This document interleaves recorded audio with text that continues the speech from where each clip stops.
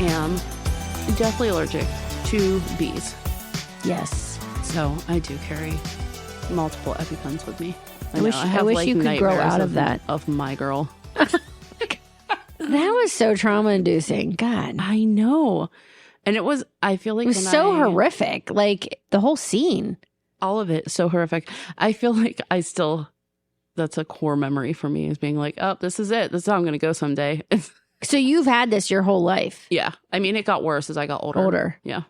I think the first time I got stung, I was actually like in a stroller, little. And then each time I've gotten stung, it's gotten significantly.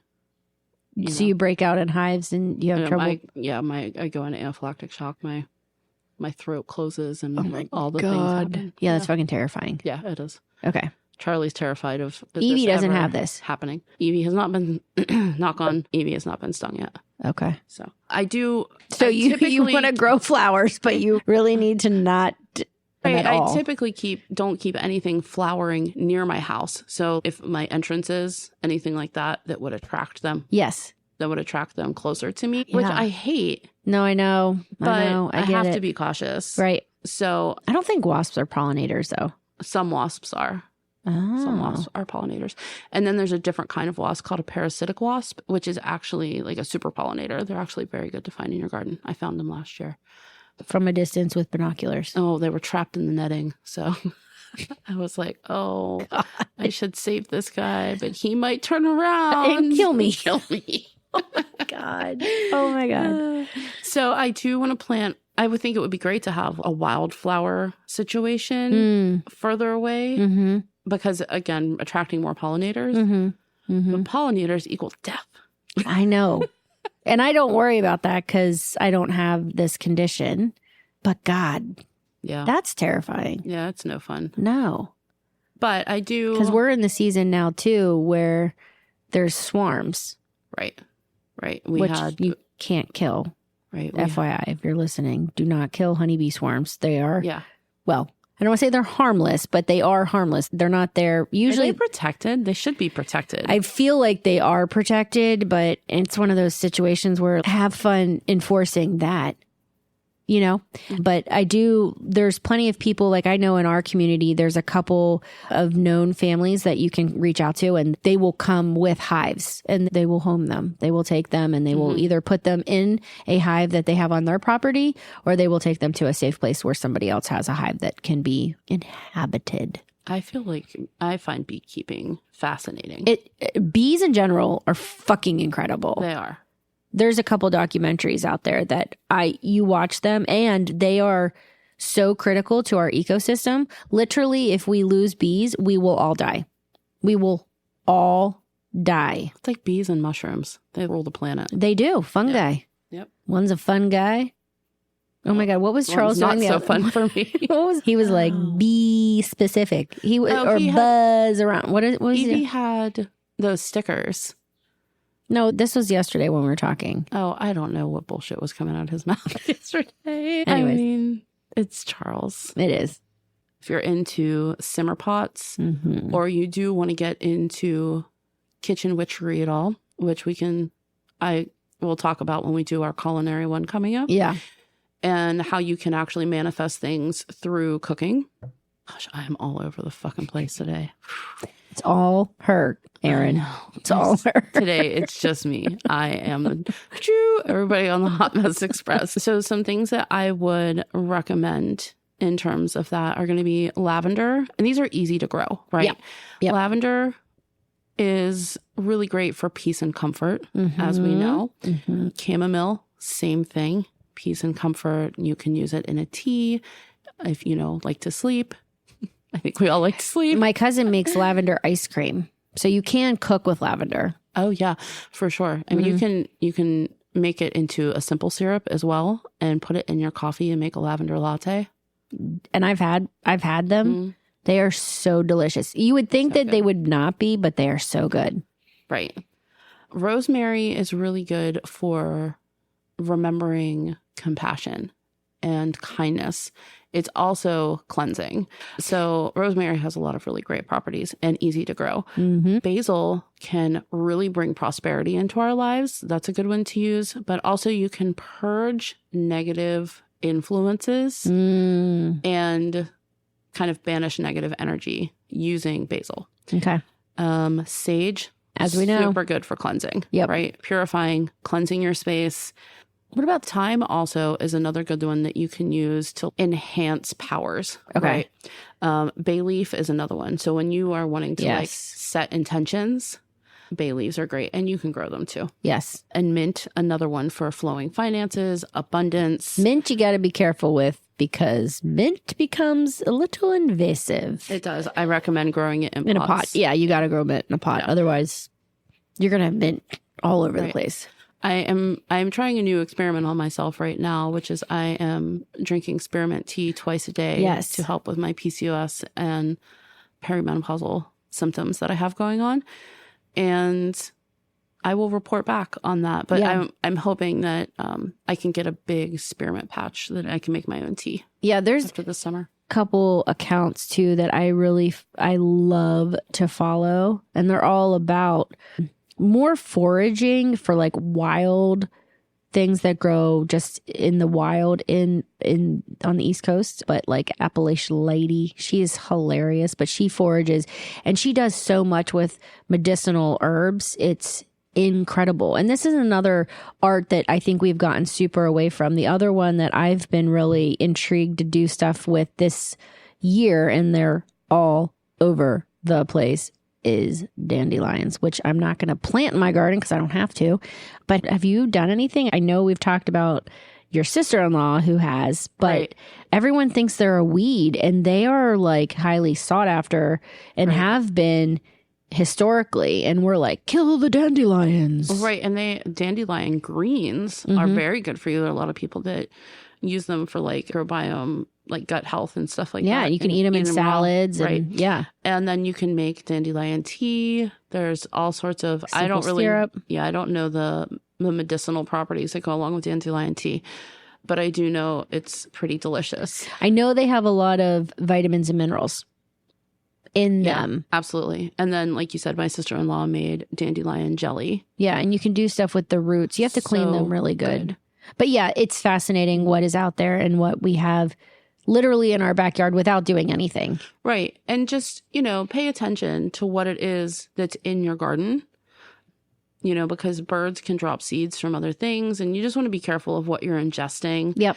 I know in the witchy world, mugwort is a big one. People make tea out of it and stuff like that. I don't keep it in my house because Evie's allergic to it, but yeah, that's another one. Yeah.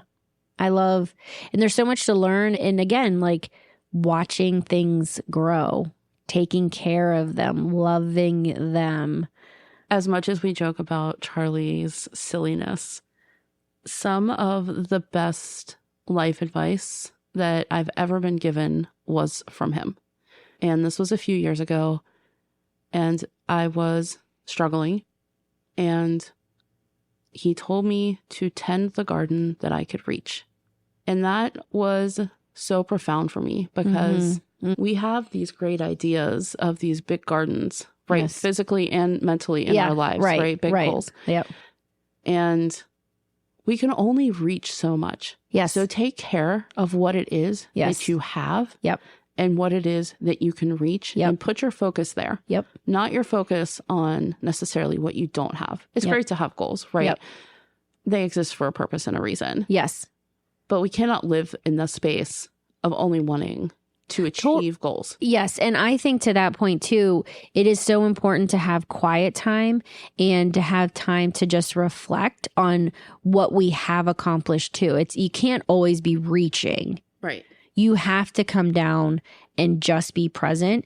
And I think the act of having a garden, tending to a garden, you can really get into that meditative state of, especially when you start harvesting and you're going down and you're like, how can I prune? Is any bugs getting involved?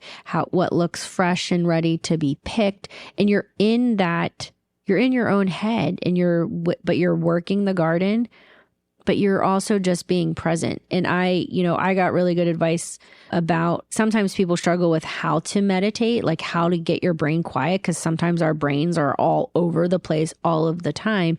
And she just said one space that you can really focus on is when you're doing the dishes, and you can just focus on like cleaning this plate, and you're quieting your brain. You're just focusing on the act of. And the same thing can be true when you're gardening.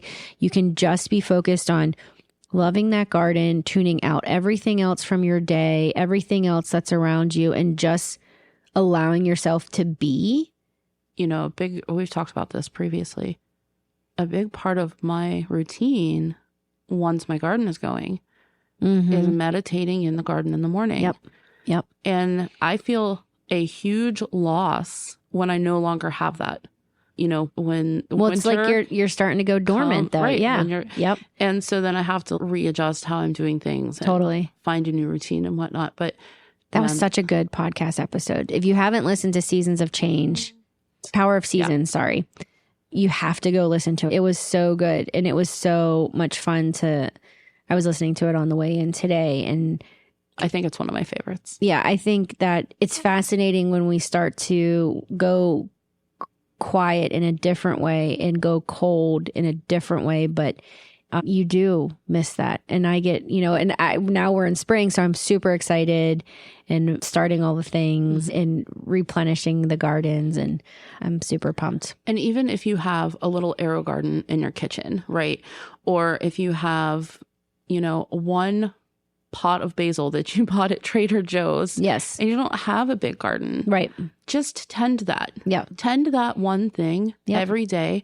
Put good intention to it. And basil is a good one if you're manifesting, right? It's also good for protection. It's also good for... Jesus Christ, Krystyn. Oh my God. I know. It's all good. What is happening to me? I don't know. I'm just living in the moment. But if you have one pot of basil that you have purchased at Trader Joe's, take care of it, tend it, love it, put good intention to it. Yeah, everyone is capable of keeping a plant alive. I call bullshit on people that are like, everything I buy, it dies. Well, it dies because you're not tending to it. But if you make it a priority, it will not die. It's incredible how that works. I'm in the midst of trying to save my new Majesty palm from...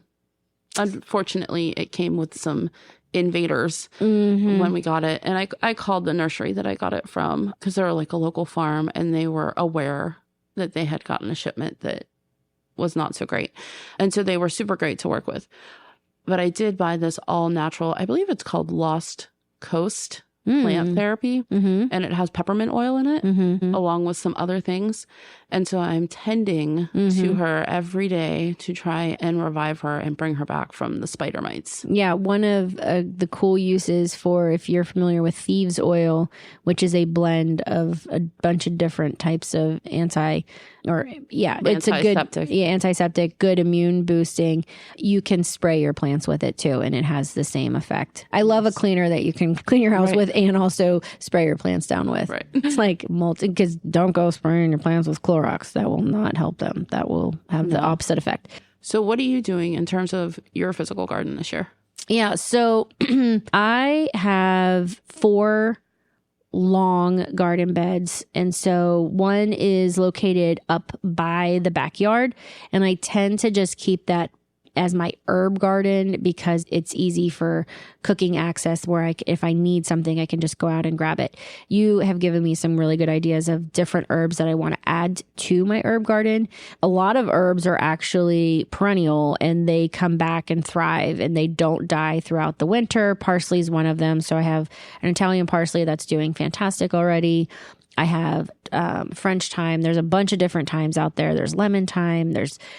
So thyme I cook with all of the time. Thyme and any kind of vegetable go hand in hand. I think we'll name this episode, it's Thyme to Garden. Oh my God. Yeah, here we go. Next to that, I have my rosemary, lavender. I love that you have bay. I've never been able to find bay leaves, but I cook with bay leaves all the time, dried bay leaves in all kinds of, it's a staple. I just got a bag from Thrive Market. yesterday. And then naturally I have so many basil plants. I don't know if you can't get enough basil because there's so many things you can do. Even if your basil is going bananas, you can make pesto and freeze it. There's just so many different things you can do with basil. Basil is fantastic. Caprese salads.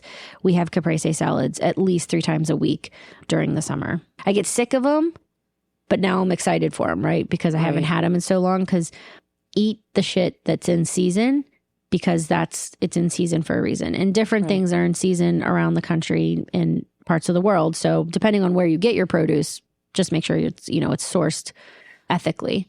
So down in the garden at the lower part of our yard, I have already planted, I have a rosemary bush or a raspberry bush that I got on clearance last year, and it is thriving and loving life. So we are going for it. We've never had raspberries. I'm going to have to protect the thing. So we might get a few. I don't know. And it's also its first year. So usually the first couple years of a fruit bearing bush don't tend to be the best. They actually say with strawberries, if it's your first year, you should pick all of the flowers. So that way they come back. They come back stronger and more full. And so in that particular bed, I planted a ton of dahlia bulbs. I freaking love dahlias. They are so gorgeous. And I love to cut them and put them by my bed, in the kitchen, in my office. They make a beautiful, just cut flower in general. They're super hardy. They have strong stems. They're just, they're wonderful. So the other 2 beds, I haven't naturally planted anything, but I did get them fully ready, which I didn't last year. So I aerated the dirt that was there. I got some fresh manure, compost, and then some fresh soil. So they are ready to rock and roll. I usually let Emmeline and Graham pick a bed, and then they get to decide what they want in it within reason. Because I have grown some things that they don't bring me joy. They're a pain in the ass to maintain, i.e. Brussels sprouts and cabbage and broccoli.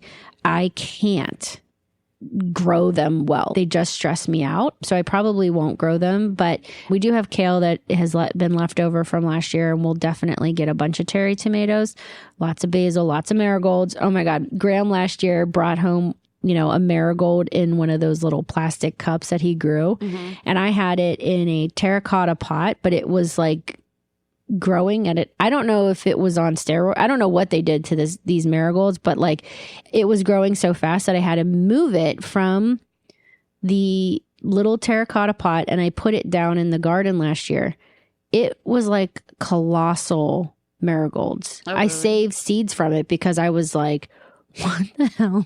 What kind of marigold is this? I mean, I have pictures. I'll give you some seeds. Like it like the blooms were like the size of the microphone. They were huge, and it grew as high as the tomato plant. I mean, it was the strangest marigold I've ever seen in my life. So we'll do that. And then to your point, up on the hillside, I am going to plant watermelon and pumpkin because they can grow everywhere. And you need a lot of space for the viney stuff. I've tried to grow it down in the beds, and it's just, it turns into like, how do I maneuver around this without hurting the fruit and blah, blah. Like, I just want to give it its own space. I don't want to try to grow it in these long beds that we have.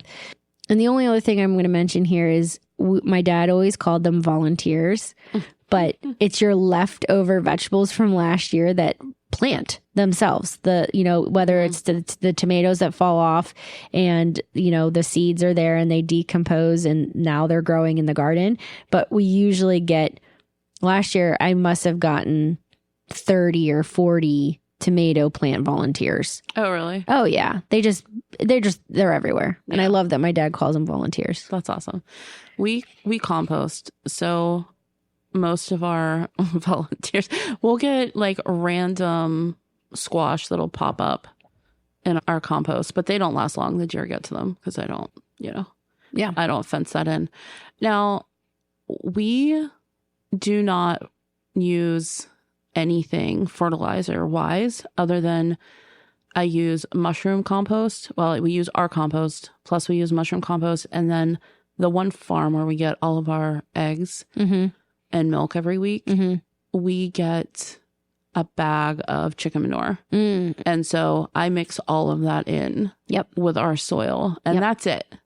I don't fertilize throughout the year. I might add some, if I need some like mushroom compost or something in there, I'll add it in. But that's pretty much it in terms of fertilizer for us. I mean, if you have solid soil, you really don't have to. Right. You don't have to do a lot of that. I don't tend to do it either. I also forget that, you know, they say you should feed the plants, you know, whatever. But again, if you have worms and you have all of the things that are coming, and you're usually good to go. Yeah, we're usually pretty good. We did struggle last year for the first year with slugs. So slugs. I found a way, but go on. Well, I have a solution. So we did beer traps. Yeah, it's all you need. Little cups and just put beer in it. Yep, it worked 100%. It works great. Right, because they just go in there, get drunk, and drown. Yep. I know. I do find joy in killing invaders. I know you do. There's nothing. Coming out and finding a pan or whatever like dish that you use full of dead slugs. I'm like, yes. I make Charlie go take them. You're dead now. And if I had chickens, I'd feed them to the chickens. I'm sorry, little sluggies. I'm not. You're just trying to live. Yeah, slugs are gross, and they leave a gross slime trail. So there's nothing about slugs. I mean, they're interesting to like check out and observe, but I know they have a purpose. I don't know what it is. It's not in my garden. It's to piss me the fuck off. I'll tell you that, because they tried to ruin my garden, which is why I did beer murder them last year. But the other thing that's prone to getting bugs is cabbage and Brussels sprouts, and I had a hell of a time trying to kill that stuff off. Those cabbage worms are no joke. Yeah, and I was like,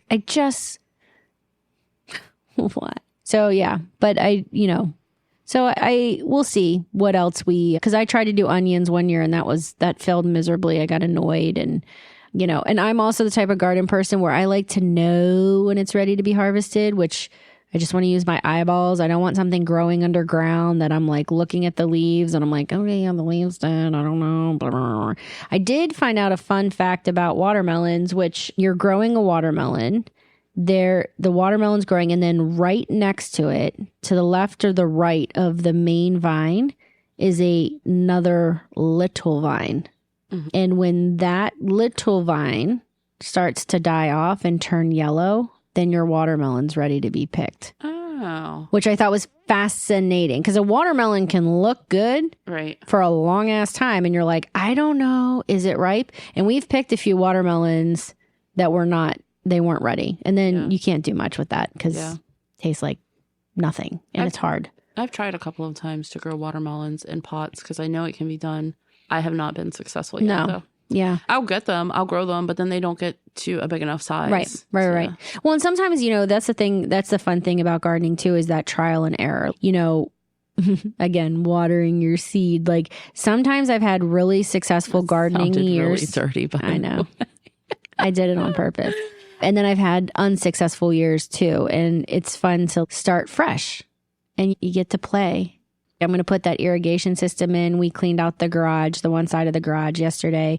The right side still needs to be cleaned out, but the project has started, and it brought me so much joy and satisfaction to organize and get everything in its right place, and, look at things that, the kids are growing. Do we need this? They're too old for this. Let's get rid of it. Whatever, that kind of thing. Let's donate this.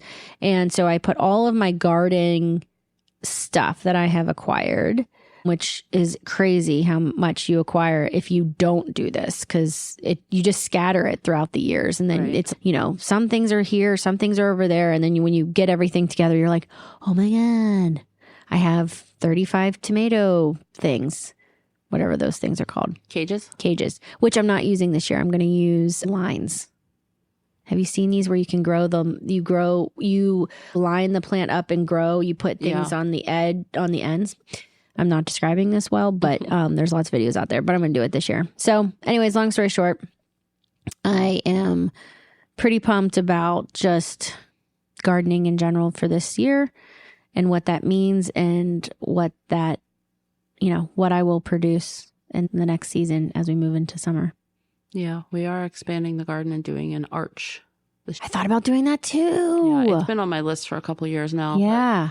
I found a couple of Instagram pages with farms that were successfully doing it. Yes. So you gonna do like beans? I haven't decided if I'm going to do beans, tomatoes, or gourds. I think I'm going to do, actually, I might do that because I might do beans.